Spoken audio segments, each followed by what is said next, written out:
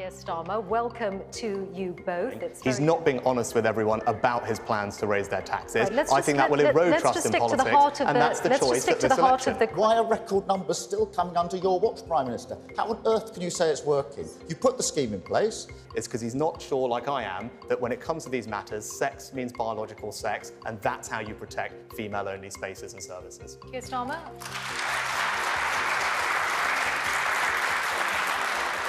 Yes is the answer to the question. It's very important that we protect women's spaces. Well, do you know where these people come from? No, he's not answering the question. Do you know where they come from? Iran, You can see. Syria, Afghanistan.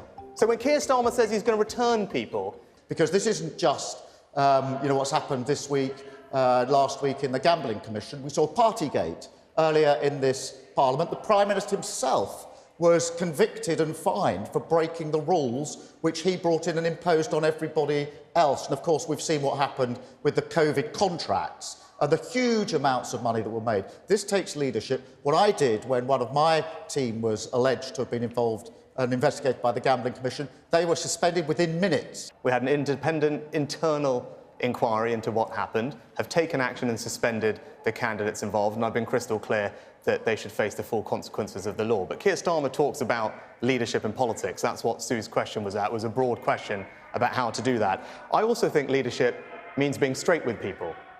It means having the courage of your convictions, not changing your mind on every single position that you've taken and being upfront about what you want to do for the country. That's not what Keir Starmer is doing. He's not being honest with everyone about his plans to raise their taxes. Right, I think that will erode trust in politics, and that's the choice at this election. If you can hear any noises of, ladies and gentlemen, or anyone at home, there is a protest taking place outside, which is also an aspect of our democracy and people exercising their freedom of speech. And that's why, if I'm your Prime Minister on July 5th, the flights will go to Rwanda, we will build that deterrent that multiple other European countries now agree is the right way to deal with this problem, and that's how we solve this problem. If Keir Starmer is your Prime Minister, all those illegal migrants will be out on our streets, and that is the choice for you. Do not surrender our borders to the Labour Party. Steve, this is complete and utter nonsense. Why are record numbers still coming under your watch, Prime Minister? How on earth can you say it's working? You put the scheme in place.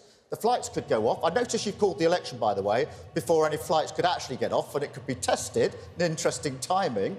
But if this was such a deterrent, why is it obviously not working? Well, do you know where these people come from? No, he's not answering the question. Do you know where they come from? Iran, You can see. Syria, Afghanistan.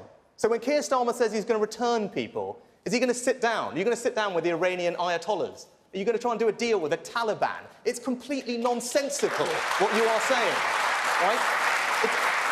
You are taking people for fools, right? I think that these people should not stay in our country. They will be on planes to Rwanda. That's what I will do with them. You still can't answer the question. What will you do with them? All the tens of thousands all the illegal migrants who arrive will be processed and put on planes to Rwanda. If Keir Starmer is your Prime Minister, all those illegal migrants will be out on our streets, and that is the choice for you. Do not surrender our borders to the Labour Party.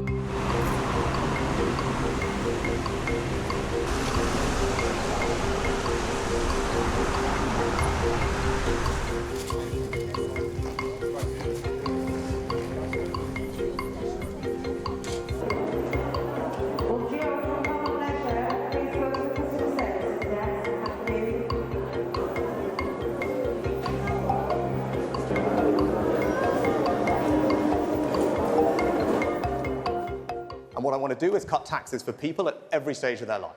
So for everyone in work, we're going to continue cutting national insurance, £900 this year. For pensioners, we have the Triple Lock Plus. We will raise the allowance, delivering a tax cut for pensioners, making sure that the state pension is never subject to income tax. If you're a young couple wanting to buy your first home, we're effectively going to abolish stamp duty. If you have children, you're a family, we're going to expand the generosity of child benefit. Right? These are the tax cuts that I want to deliver. And if you're a small business owner and entrepreneur, we're going to abolish national insurance for the self-employed. So those are the tax cuts. That's how we're going to pay for it. And that's the choice for you at this election. You can have tax cuts with the Conservatives, or you can have thousands of pounds of tax rises under the Labour Party, because he's simply not being straight with you about what is coming. Mark my words, your taxes are going up if he is in charge.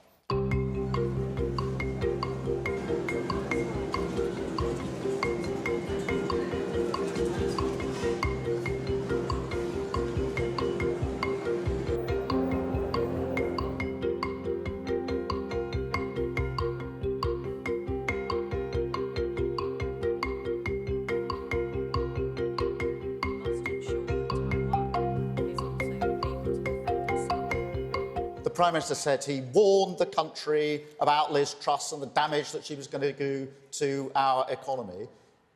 And then, in the next breath, he said we must unite behind her and support her. Why on earth would you unite behind someone that you say was going to do that damage? You know what it's like to fall in behind a leader of your party. But he's repeating the problem. As you acknowledge, right, Michelle, the way to solve this problem is to have a deterrent. And look, I will tell you this. The Rwanda plan is a deterrent. You just have to listen to what the illegal migrants themselves... There are a few hundred that would go on a flight to Rwanda at huge expense to the taxpayer. There are tens of thousands... Tell them what to do. Yeah, no, I'm not a massive fan. Yeah, I guess. And there's a lot of... Good luck, thank you.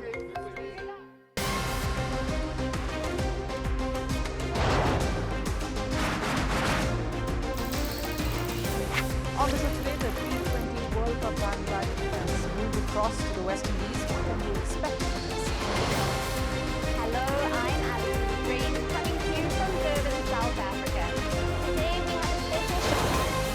It starts with a report on India's shifting nuclear posture. For the first time since India officially became a nuclear power. Hello and welcome to Firstpost America.